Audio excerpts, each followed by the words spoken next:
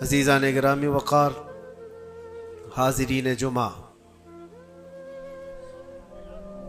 وقت یہاں پر زیادہ ہو چکا ہے۔ میں مختصراً آپ کے سامنے کچھ باتیں عرض کرنا چاہتا ہوں۔ اللہ رب العزت نے انسان کی جو تخلیق فرمائی، انسان کو جو پیدا کیا، اس کی زندگی کا جو مقصد بیان کیا گیا ہے، قرآن پاک میں اللہ تعالیٰ نے فرمایا وَمَا خَلَقْتُ الْجِنَّ وَالْإِنسَ إِلَّا لِيَعْبُدُونِ، جنات اور انسانوں کو میں نے صرف اپنی عبادت کے لیے پیدا کیا۔ جس چیز کو جس مقصد کے لیے بنایا گیا ہے، اسی مقصد پہ اس کو عمل کرتے رہنا چاہیے۔ جہاں وہ چیز اپنے مقصد پر عمل چھوڑ دیتی ہے تو پھر وہ کباڑ کے قابل ہو جاتی ہے۔ کوئی مشین اگر گھر پر لائے ہوں، مسالہ پیسنے کی مشین، مکسر، اگر وہ اپنا کام نہیں کر رہی ہے تو پھر وہ مشین گھر میں رکھنے کے قابل نہیں ہوتی۔ واشنگ مشین کپڑے دھونے کے لیے استعمال کی جاتی ہے، اور اگر وہ کپڑے دھونا ہی چھوڑ دے تو وہ اپنا مقصد چھوڑ چکی ہے، اب اس کی جگہ بھنگار میں یا کباڑ خانے میں ہی ہوتی ہے۔ انسان جب اپنی زندگی کا مقصد بھول جاتا ہے تو پھر اس کی بھی دنیا میں رہنے کا کیا حاصل ہے؟ اللہ تعالیٰ نے جس مقصد کے لیے اس کو بنایا تھا، اب یہ مشین اس مقصد پہ نہیں چل رہی ہے تو پھر اس کے لیے جہنم کا ایندھن تیار ہے، جہاں پر اس کو ہمیشہ کے لیے بیچ دیا جاتا ہے۔ عزیزان گرامی وقار، میں ایک بات آپ سے یہ عرض کرنا چاہوں گا۔ اللہ کے نبی صلی اللہ تعالیٰ علیہ وسلم نے اسی لیے بار بار ہمیں تنبیہ فرمائی کہ جو چیز ہمیں ہمارے مقصد سے پھیرتی ہے وہ کون سی چیز ہے، کس لیے انسان غافل ہوتا ہے اور کیوں بھٹک جاتا ہے، کون سی چیز ہے؟ تو نبی پاک صلی اللہ علیہ وسلم فرماتے ہیں، میں میرے بعد اپنی امت سے اس بات کا اندیشہ نہیں رکھتا کہ یہ کافر ہو جائے گی، مشرک ہو جائے گی۔ حضور فرماتے ہیں مجھے اس کا ڈر نہیں ہے کہ میری امت مشرک ہو جائے گی، کافر ہو جائے گی، لیکن اندیشہ اس بات کا ہے، ڈر اس بات کا ہے کہ تم پر دنیا پھیلا دی جائے گی اور تم دنیا سمیٹتے سمیٹتے اللہ رسول کو بھول جاؤ گے۔ آج یہ پوزیشن پر جو مسلمان آیا ہوا ہے، امت مصطفیٰ کی یہی حالت ہے کہ دنیا اس قدر حاوی ہے کہ وہ اپنے آرام اور سکون کو چھوڑنا نہیں چاہتا۔ جو کمفرٹ زون میں جینے کا عادی ہو گیا ہے، اسے آج مشکلات کا سامنا کرنے کی ہمت نہیں ہے۔ آج میں محسوس کرتا ہوں میرے عزیزوں، جب رسول پاک صلی اللہ تعالیٰ علیہ وسلم کی عزت کی بات پر، قرآن پر، اسلام پر، دین پر اور اللہ کی ذات پر حملے ہوں تو لوگ آئیں کائیں کرتے رہتے ہیں، ابھی اپنے دائیں بائیں دیکھتے رہتے ہیں کہ میری سیفٹی کتنی ہے، میری سیکیورٹی کتنی ہے۔ چھوٹے سے لے کر بڑا آدمی ہر ایک یہ سوچتا ہے کہ خواہ مخواہ اس مسل میں اپنا سر کیوں رکھنا، کیوں اپنی جان کو جوخم میں ڈالنا ہے، میرے بھی بیوی بچے ہیں اور سب مشکل میں پڑ جائیں گے۔ یہی دنیا میں کمفرٹ زون میں جینے کی خواہش اس کو بزدل بنا دیتی ہے اور اپنے راستے سے اسے ہٹا دیتی ہے۔ کبھی کبھار یہ بھی تو سوچا ہوتا کہ بیوی بچے اور گھر بار اور جائیداد اور بزنس صرف ہمارے نہیں، صحابہ کے بھی تھے، جو رسول پاک صلی اللہ تعالیٰ علیہ وسلم کے سچے غلام ہیں۔ ان کی بھی جائیدادیں تھیں، ان کے بھی مال و اولاد تھے، ان کی بھی بیوی بچے، لیکن کبھی عظمت مصطفیٰ اور دامن مصطفیٰ کے بیچ دنیا کی کسی چیز کو انہوں نے کبھی آنے نہیں دیا ہے۔ ہم ساری چیزوں کو پہلے مقدم رکھتے ہیں کہ کیا ہوگا۔ میرے عزیزو، ایک صحابی رسول کی بات اگر عرض کروں، ابو دحدہ، ایسے مالدار صحابی تھے جن کا باغیچہ پورے مدینے میں سب سے قیمتی باغیچہ تھا، سب سے قیمتی باغیچہ تھا، اور ان کے باغیچے کی کھجوریں سب سے مہنگی کھجوریں ابو دحدہ کے باغیچے کی شہرت تھی مدینے میں۔ مسجد نبوی میں بیٹھے ہوئے تھے، حضور پاک صلی اللہ تعالیٰ علیہ وسلم کے پاس ایک مسئلہ آیا تھا، ایک یہودی کا اور ایک مسلمان کا۔ ایک دوسرے صحابی کا. اس یہودی کے اور مسلمان صحابی کے درمیان جو مسئلہ وہ تھا ایک درخت کو لے کر کے، کھجور کے درخت وہ یہودی کے آنگن میں تھا جس کی کھجوریں اس صحابی کے گھر پہ گر جاتی تھی. انہوں نے خریدنے کے لیے کہا، وہ دینے کو راضی نہیں تھا. یا اس طرح کا ایک مسئلہ اور بھی ہے. اللہ کے نبی صلی اللہ تعالی علیہ وسلم نے رغبت دلائی، کوئی ہے جو یہ ایک درخت خرید کر کے میرے اس صحابی کو دے دے، اسے میں جنت کا باغیچہ دوں گا. تو اس وقت ابو دہدہ کھڑے ہوئے، کہا یا رسول اللہ صلی اللہ تعالی علیہ وسلم، میں سودا کروں گا اس یہودی سے. ایک ہی درخت تھا اس کے آنگن میں. اس سے کہا کہ کتنے میں تو یہ درخت بیچے گا؟ میرے نبی کی بات ہے، حضور کا فرمان ہے، میں خریدوں گا. اس نے کہا میں بیچنا نہیں چاہتا اس کی قیمت، کیونکہ اسے پتا تھا ان کی کمزوری ہے.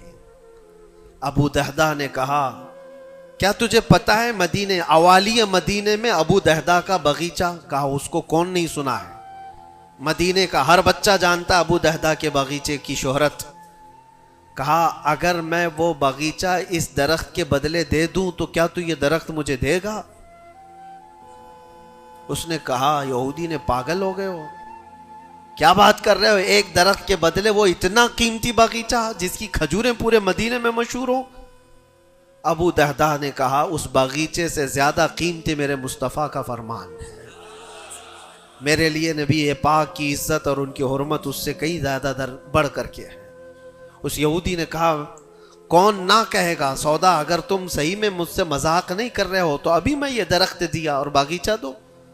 ابو دہدہ نے کہا تو نے ابھی دیا، میں نے بھی یہیں سے دے دیا، باغیچہ بیچ دیا اور ساری چیزیں یہیں پر طے کر کے اپنے باغیچے پر آتے ہیں. باہر دروازے پر کھڑے ہیں باغیچے کے پھاٹک پر، ان کی بیوی ان کی بچے، گھر اندر بنا ہوا ہے باغیچے کے اندر جو ٹھنڈی حاصل کرنے کے لیے خوش نما باغیچے کے اندر خوش نما محل بنا ہوا ہے. دروازے کے باہر سے ابو دہدہ پکارتے ہیں یا ام دہدہ اپنی بیوی کو، باہر آ جاؤ، باہر آ جاؤ اپنے بچوں کو لے کر. بیوی نے کہا اتنی جلدی کیوں اس طرح سے بلا رہے ہو، کیا بات ہے، کیوں چیخ رہے ہو؟ ابو دہدہ نے کہا یہ باغیچہ بک گیا ہے، اب ہمارا نہیں ہے، باہر آ جاؤ. عورتیں کبھی کسی چیز کو دینے دیتی ہیں؟ گھر کی کوئی چیز بک جائے عورت راضی ہو جائے، لیکن وہ عورت عام عورت نہیں، رسول اللہ کی صحابیہ تھی. کہا اچھا ابو دہدہ یہ باغیچہ بک گیا ہے، میرا تم پر یقین ہے کہ بہت اچھا سودا کیا ہوگا، کیونکہ مدینے میں اس جیسا باغیچہ تو نہیں ہے. ابو دہدہ نے کہا تو سچ سمجھتی ہے میں نے بہت اچھا سودا کیا ہے.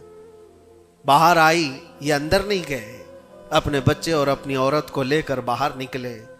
ابو دہدہ سے پوچھتی ہے خاتون نے کتنے میں سودا کیا ہے، کتنے میں سودا کیا ہے؟ کہا بس وہ ایک درخت کے بدلے جو یہودی کے آنگن میں ہے میں نے یہ باغیچہ پورا اس کو دے دیا. عورت نے کہا ہاں ایسے کیسے، اتنا بڑا باغیچہ ایک درخت کے بدلے میں؟ کہا وہ تو بظاہر ایک درخت ہے لیکن اصل قیمت تو رسول اللہ کی زبان ہے. کہا اللہ کے نبی نے کیا فرمایا؟ کہا کہ ایک درخت جو اس یہودی کا خرید کر کے ایک صحابی کو دے دے میں اسے جنت کا باغیچہ دے دوں. ابو دہدہ نے جیسے یہ سنایا تو ام دہدہ کہتی ہیں ابو دہدہ تم نے کبھی میرا یقین نہیں توڑا، آج میں یہ کہتی ہوں یہ باغیچہ ہی کیا حضور سے پوچھتے ہم سب بھی بکنے کو تیار ہیں. اللہ کے نبی صلی اللہ تعالی علیہ وسلم کی ذات پر یہ یقین کامل تھا، انہیں دنیا بیچ میں کبھی روک نہ سکی. ہمارے تو چھوٹی دکانیں ہمیں روک دیتی ہیں، ہمارے تو چھوٹے دروازے ہمیں روک دیتے ہیں. عزیزان گرامی وقار، اپنے مقصد حیات سے آدمی جب بھٹکتا ہے تو کون سی چیزیں جو اسے اٹریکٹ کرتی ہیں دنیا میں؟ یہ مال دولت. مجھے وہ بات یاد آتی ہے صدیق اکبر رضی اللہ تعالیٰ عنہ حضور پاک صلی اللہ علیہ وسلم کے ساتھ بیٹھے ہیں. حضور پاک صلی اللہ تعالیٰ علیہ وسلم کے ہاتھ میں ایک پیالہ ہے جس میں شہد ہے، آپ اس کو نوش فرمانا چاہتے ہیں، منہ کے قریب لے گئے، اچانک آپ نے واپس رکھ دیا. اور کسی چیز کو دھکا دے کر کے ہٹانے لگے، جیسے کوئی مکھیوں کو بھگاتا ہے، جبکہ نبی پاک صلی اللہ علیہ وسلم کے جسم کے قریب کبھی کوئی مکھی نہیں آتی، لیکن اندیکھی چیز کو آپ ہٹا رہے تھے۔ پھر تھوڑی دیر کے بعد پیالے کو اٹھایا، پھر تھوڑی دیر منہ کے قریب جاتے ہی واپس رکھ دیا، پھر کسی چیز کو دھکا دے کر نکال رہے تھے۔ تیسری مرتبہ پیالہ اٹھایا تو صحابہ نے دیکھا آپ کی آنکھوں سے آنسو روا ہیں، حضور پاک صلی اللہ تعالی علیہ وسلم کیا اشک بہ رہے ہیں۔ تو صحابہ نے پوچھا یہ کیا معاملہ ہے؟ حضور اکرم صلی اللہ تعالی علیہ وسلم فرماتے پہلی بار جب میں نے شہد کا پیالہ اٹھایا تو دنیا میرے پاس سج سنور کر کے آئی، تیار ہو کر آئی، اور کہا اے اللہ کے نبی میرا حسن و جمال آپ قبول کر لیں، ہر طرح کے حسینائیں آپ کے قدموں میں لا کر رکھ دوں گی، ہر طرح کا حسن آپ کے قدموں میں لا کر رکھ دوں گی۔ حضور فرماتے میں نے دھکا دے کر دور کیا کہ مجھے تیرے حسن و جمال کی ضرورت نہیں، دنیا چلی گئی۔ دوسری بار جب میں نے پیالہ اٹھایا تو دنیا پھر آئی میرے پاس، اور پورے زر و جواہرات اور دولت کے انبار لے کر دنیا نے کہا اے اللہ کے نبی یہ قبول کر لیں، آپ کے قدموں میں سونے کے محلات اور جواہرات سجا دیے جائیں گے۔ حضور پاک صلی اللہ علیہ وسلم فرماتے میں نے اس کو بھی دھکا دے کر دور کیا، نہ تیرے حسن و جمال کی طرف میں رغبت کروں گا، نہ تیرے دولت و مال کی طرف، مجھے اس کی بھی حاجت نہیں۔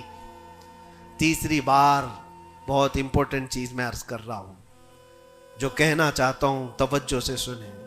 حضور پاک فرماتے تیسری بار دنیا میرے پاس آئی اور کہا اے اللہ کے نبی آپ نے میرے حسن و جمال کو بھی نہیں قبول کیا، دولت و مال کو بھی نہیں قبول کیا، مجھے دھکا دے کر دور کیا، لیکن ایک بات ہے آپ کے بعد آپ کی امت ایسا نہیں کر سکے گی، وہ دولت و مال اور حسن و جمال کی طرف بھاگے گی اور آپ کو چھوڑ دے گی۔ حضور فرماتے جب میں نے یہ بات سنی تو میرے آنسو نکل آئے، کیا میری امت مجھے چھوڑ کر اس طرح دور ہو جائے گی؟ دل پر ہاتھ رکھ کر کے سوچو ہے مسلمانوں، کیا آج وہ پوزیشن نہیں ہے؟ ہم ان دو چیزوں کے چکر میں اپنے نبی پاک صلی اللہ علیہ وسلم سے کتنی دور بھاگے جا رہے ہیں۔ تم نے کبھی راتوں کو تصور کر کے دیکھا کہ کتنی راتیں ایسی آئی کہ میں نے اپنے مصطفیٰ کو یاد کیا ہے، تنہائی میں اپنے حبیب کو یاد کیا ہے؟ اس رسول کا حال تو یہ تھا، ماں عائشہ صدیقہ فرماتی ایک رات ایسی نہیں گئی جس میں رسول پاک صلی اللہ علیہ وسلم اپنی امت کے لیے دعا نہ کرتے ہو۔ رات کو کھڑے ہوتے تھے تو پنڈلیوں میں سوجن آ جاتی تھی، پیر سوج جاتے تھے، اور کثرت سے روتے تھے اپنی امت کے لیے اللہ کی بارگاہ میں کہ مولا میری امت بھولی بھالی ہے، اس کی بخشش میرے حوالے کر دے۔ رب ہب لی امتی، جو نہ بھولا ہم غریبوں کو رضا۔ اور آج امت کا حال یہ ہے کہ سال میں ایک بار میلاد کر کے ہم یہ سمجھتے ہیں حق ادا کر لیا۔ ہر دن ہر رات جو نبی پاک ہمیں یاد کرتے تھے تو ہم نے آج وہ کیا کر دیا ہے؟ یہی دو چیزیں ہیں جو انسان کو اپنے مقصد حیات سے ہٹاتی ہیں، اپنے راستے سے ہٹاتی ہیں، دولت اور شباب، یہ حسن و جمال۔ ہر نوجوان کو دیکھو ان دو چیزوں کے پیچھے بھاگ رہا ہے، اسے یہ دو چیزوں کی خواہش ہے، مال جمع کرنا ہے اور خوبصورت عورت کو لانا ہے، اور ان دو چیزوں نے دنیا میں اس کو ایسا غافل کر رکھا ہے، اسے سوچنے کا موقع ہی نہیں ہے۔ جب اس کے سامنے کہا جائے تیرے نبی پاک کی عزت کی بات آئی ہے، کہا وہ دیکھ لیں گے، مولانا لوگ تو ہیں نا، علماء اکرام اپنا کام کریں گے، کل قیامت کے دن کیا منہ لے کر کے حضور کی بارگاہ میں کھڑے ہوگے؟ کس منہ سے حضور کی بارگاہ میں کھڑے ہوگے کہ میری سفارش فرما دیں اے اللہ کے نبی؟ کس منہ سے حضور کی بارگاہ میں آئیں گے کہ اے اللہ کے نبی میری شفاعت کر دیں؟ کیا اس بات کا احساس نہیں ستاتا کہ اللہ کے نبی اگر مجھے پوچھیں تو اسی جگہ سے آتا ہے جہاں روز مجھے گالیاں دی جاتی تھی، اور تو سن کر کے کباب کھایا کرتا تھا، تو روزانہ اپنی مستیوں میں مست تھا۔ اٹھو وہ گر نہ حشر نہ ہوگا پھر کبھی، دوڑو کہ زمانہ چھال اپنی چل گیا۔ آج تمہیں میں جگانے آیا ہوں اور بیدار کرنے آیا ہوں۔ زندگی کا مقصد یہ تھا کہ اللہ اور اس کے رسول کو راضی کرو، نہ یہ کہ تم دنیا کو راضی کرنے کے چکر میں اپنے اللہ اور اس کے رسول کو بھول گئے۔ ان نوجوانوں سے میں کہتا ہوں جو رات بھر تم اپنے دوستوں کے لیے گزارتے ہو، تم اپنے ماں باپ کو چھوڑ کر کے چلے جاتے ہو، اور ان دوستوں کے چکر میں اپنا مال بھی بہایا, وقت بھی گنوایا, لیکن حاصل کیا ہوا پتا ہے؟ قرآن میں 19ویں پارے میں اللہ تعالیٰ فرماتا ہے بہت سارے ایسے لوگ ہوں گے جو صرف اس لیے دوزخ میں جا رہے ہوں گے کہ ان کے دوست برے تھے. یا ویلتا لیتنی لم اتخذ فلانا خلیلا, وہ پکارے گا اے کاش میں فلاں کو دوست نہیں بنایا ہوتا تو آج دوزخ میں نہیں جا رہا ہوتا. بہت سارے ایسے لوگ, اور جن کے لیے تم نے زندگی پوری اجاڑ دی, وہ کب تک کے لیے آئے تمہارے پاس؟ کب تک کے لیے؟ کیا تمہارے جنازے کے کندھا دینے کے بعد ختم ہو گئی بات؟ کون تمہاری قبر میں آتا ہے؟ کون تمہارے قبر کے حالات دیکھتا ہے؟ کون ہے جو حشر میں تمہارے معاملات کی سفارش کرتا ہے؟ ہے کوئی نوجوان دوست تمہارے لیے مددگار؟ نہیں. تمہارا دل بھی یہ کہے گا اس قبر کی نئی زندگی میں اگر کوئی آئے گا تو وہ آمنہ کا لال آئے گا. نبی پاک صلی اللہ تعالی علیہ وسلم تشریف لائیں گے. بزرگان دین نے یہاں تک فرمایا ہے وہ قبر میں میرے آقا صلی اللہ تعالی علیہ وسلم اس حالت میں اور اتنی جلدی آتے ہیں, اور منکر نکیر کے اٹھانے سے پہلے اس سے کہتے ہیں فرشتوں سے آہستہ سے اٹھاؤ, میری محبت میں بڑا تھک کے آیا ہے. وہ کس کے لیے ہے؟ جو محبت مصطفیٰ میں تھکا ہوا ہو اس کے لیے ہے, وہ نہیں جو عیش و عشرت میں شباب و کباب میں یہاں تھک کر کے گیا ہو. وہاں پر بھی بزرگوں نے فرمایا قبر میں حضور پاک صلی اللہ تعالی علیہ وسلم کچھ لوگوں کی, کچھ مومنین کی قبر میں ایسے بھی حالات ہوں گے کہ جب فرشتے اس کو اٹھا کر جھنجھوڑ کر پوچھ رہے ہوں گے بتا ان کے بارے میں کیا کہتا تھا دنیا میں, حضور اپنا چہرہ پھیر لیں گے. حضور فرماتے ہیں خبردار میری طرف مت دیکھنا, اس لیے کہ دنیا میں تجھے میرا چہرہ پسند نہیں تھا. جس کو پسند کرتا تھا اس کو آج بلا لے. تمہارے پاس کوئی اور آپشن رہ جائے گا قبر میں بلانے کے لیے کسی کو؟ اپنی زندگی کا مقصد سمجھ لو. جتنے لوگ ڈائیورٹ کرتے ہیں ادھر ادھر, ان کی طرف توجہ نہ کرو. کبھی آپ گاڑی چلا رہے ہو, جو لوگ گاڑی میں بیٹھے ہو ان کو اچھی طرح سے معلوم ہونا چاہیے. اگر یہاں سے نکلیں آپ پونا جانا چاہتے ہیں, تقریباً 150-200 کلومیٹر کا فاصلہ ہے. راستے میں بہت سارے مناظر آتے ہیں, بہت سارے اچھے منظر دیکھنے کو ملتے ہیں. کبھی پہاڑیاں ہیں, کبھی درخت ہیں, کبھی جھیل ہے, کبھی کچھ ہے, کبھی کچھ ہے. تو کیا اس راستے پہ گزرتے ہوئے جو چیز اچھی لگ جائے وہیں رک جاتے ہو؟ تمہیں پتا ہے نہیں مجھے تو پونا پہنچنا ہے 2 گھنٹے کے اندر, میرا راستہ آگے, میری منزل آگے ہے. جتنے درخت آئے خوبصورت دیکھ لیا چل پڑا, پہاڑ آئے دیکھ لیا چل پڑا. دنیا کا سفر ایسی ہے جتنی چیزیں شہوتیں تمہیں اپنی طرف بلاتی ہیں, اگر نظر پڑ گئی تو نیچے کرو اور آگے بڑھ جاؤ. تمہاری منزل یہ شہوتیں نہیں ہیں, تمہاری منزل تو اللہ کے نبی کے ساتھ جنت میں جانا ہے. تمہاری منزل وہ ہے. اور جو اپنی منزل کو نہیں پہچانا ہے وہ یہیں پر ڈائیورٹ ہو کر کے رہ جاتا ہے. اپنے اصلی مقصد پر کامیاب ہونے کے لیے ایک فارمولا میں آپ کو بتاؤں, کیسے بھی حالات ہو. کچھ لوگ یہ سوچتے ہیں کہ زندگی میں حالات بدل گئے, گناہوں کی طرف چل پڑے, کبھی خواہشات نے انگڑائیاں لی, میں نفس کا شکار ہو گیا, فلاں کام کر لیا, فلاں کام کر لیا. کون انسان ایسا ہے جو خطا نہیں کرتا؟ انسانوں میں خطا ہے نبیوں کو چھوڑ کر. لیکن میرے عزیزوں, اس کا مطلب یہ نہیں ہے کہ تم مایوس ہو کر کے انہی کاموں میں لگ جاؤ. کل کی رات ہی میں دیکھ رہا تھا, یہ موبائل جو تمہارے ہاتھ میں ہے بہت ساری نصیحت کر جائے گا تمہیں. موبائل اپنے ہاتھوں میں لیے رہتے ہو, کوئی بھی آج شاید اس موبائل سے خالی نہیں ہے. آپ کو پتا ہے اس موبائل کا اصلی مقصد کیا ہے؟ کیوں بنایا گیا اس کو؟ فون, رابطہ کرنے کے لیے ایک دوسرے کے. یہی بیسک اس کا مقصد, جو بنیادی مقصد ہے وہ یہ ہے کہ آپ کسی سے رابطہ کرنا چاہیں گے, نمبر لگائیں گے, ادھر چلا جائے گا اور آپ بیٹھ کر بات کر لیں گے. یہی بیسک مقصد تو یہ ہے, یہ بنیادی مقصد ہے اس فون کا.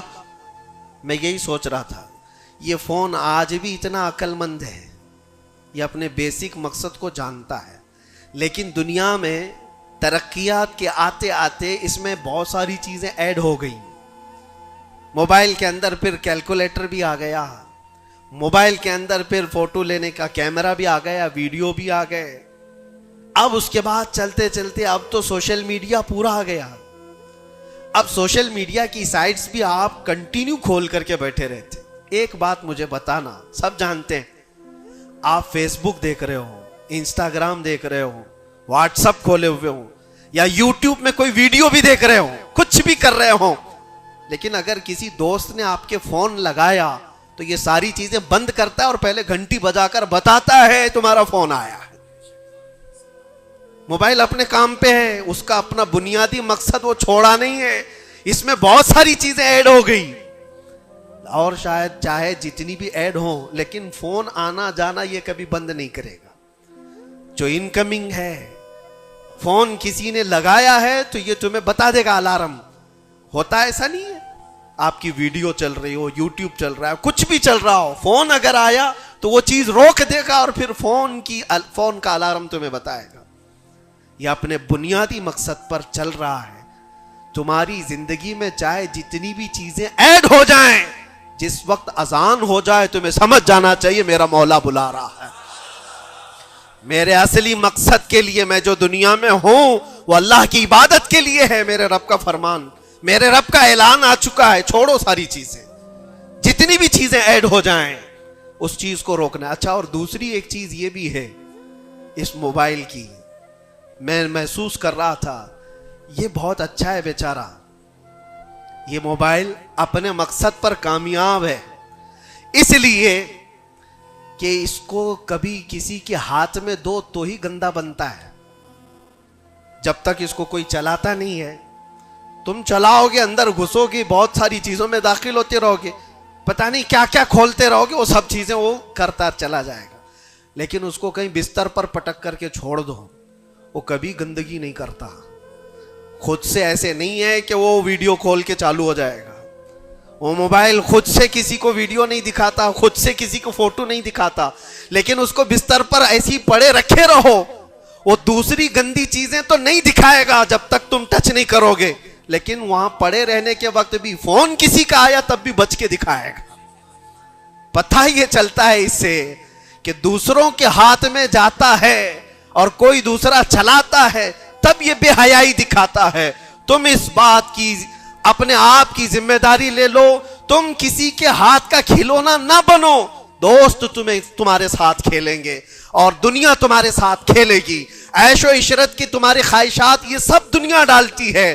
اگر یہ ساری دنیا سے ہٹا کر اپنے آپ کو اللہ اس کے رسول کے سپرد کرو, دیکھو کبھی تمہاری زندگی میں تمہارے جسم سے بے حیائیاں نہیں آ سکتی, نہیں آئیں گی. یہ جسم اللہ, اس جسم کا مالک کون ہے؟ اللہ ہے. اور ہماری گردنوں کی اوپر اگر کسی کا حکم ہے تو وہ رسول اللہ کا ہے. اگر زندگی میں تم نے یہ طے کر لیا میں اللہ کا بندہ ہوں, اللہ نے مجھے بنایا ہے, میری گردن اللہ کے نبی کی عزت کے لیے ہے, سپرد کر دیا اپنے آپ کو, تو بے حیائیاں تمہارے اندر نہیں آئیں گی. ہاں ہوتا یہ ہے کہ تم نے اپنے آپ کو دوسروں کے سامنے پیش کیا ہے, دوستوں کے سامنے. ارے کس کو تم جان جان کہتے رہتے ہو, تو میری جان ہے, میں تیری جان ہوں. پتہ نہیں کتنوں کو جان کہا ہے اور کوئی جان کسی کے کام کی نہیں ہے, کسی کے کام کی نہیں ہے. لیکن ایک بار جن صحابہ نے کہا فدا کا بھی وہ امی یا رسول اللہ, اے اللہ کے رسول میرے ماں باپ آپ پر قربان, میری جان آپ پر قربان. یہاں دوست کو یا بیوی کو یا محبوبہ کو جان کہا تو بدلے میں اس نے پھوٹی کوڑی بھی نہیں دی ہے. زندگی میں سوائے دکھ اور غم کے کچھ نہیں ملا جان سے. لیکن مصطفیٰ کریم کو جس نے یہ کہا میری جان آپ کے حوالے ہے, اللہ کے نبی نے ان کو ذرے سے اٹھا کر کے آسمان کا تارا بنا دیا. ایک عرب نے آدمی کا بول بالا کر دیا, خاک کے ذروں کو ہمدوش سریا کر دیا. خود نہ تھے جو راہ پر اوروں کے ہادی بن گئے, کیا نظر تھی جس نے مردوں کو مسیحا کر دیا. نبی پاک صلی اللہ تعالیٰ علیہ وسلم کے حوالے اپنے آپ کو کر کے تو دیکھو, پھر تمہیں کہاں سے کہاں پہنچایا جائے گا. آج دنیا مجھے پہچانتی ہے تو میرے باپ کے نام سے نہیں, عظمت مصطفیٰ کے نام سے پہچانتی ہے, قدم مصطفیٰ کی برکت سے پہچانتی ہے. ہم کو اگر کسی نے اٹھایا ہے تو کسی کے باپ نے نہیں, کسی نیتا نے نہیں. میرا تعلق کسی سیاسی پارٹی سے نہیں ہے. میری آج عزت کوئی کرتا ہے تو اس لیے نہیں ہے کہ یہ سیاسی کوئی عہدہ رکھتا ہے, صرف اس لیے عزت کی جاتی ہے کہ نبی پاک کی عزت پر بات آتی ہے تو یہ اپنی آواز کو تو اٹھاتا ہے. جب تک بکے نہ تھے تو کوئی پوچھتا نہ تھا, یا رسول اللہ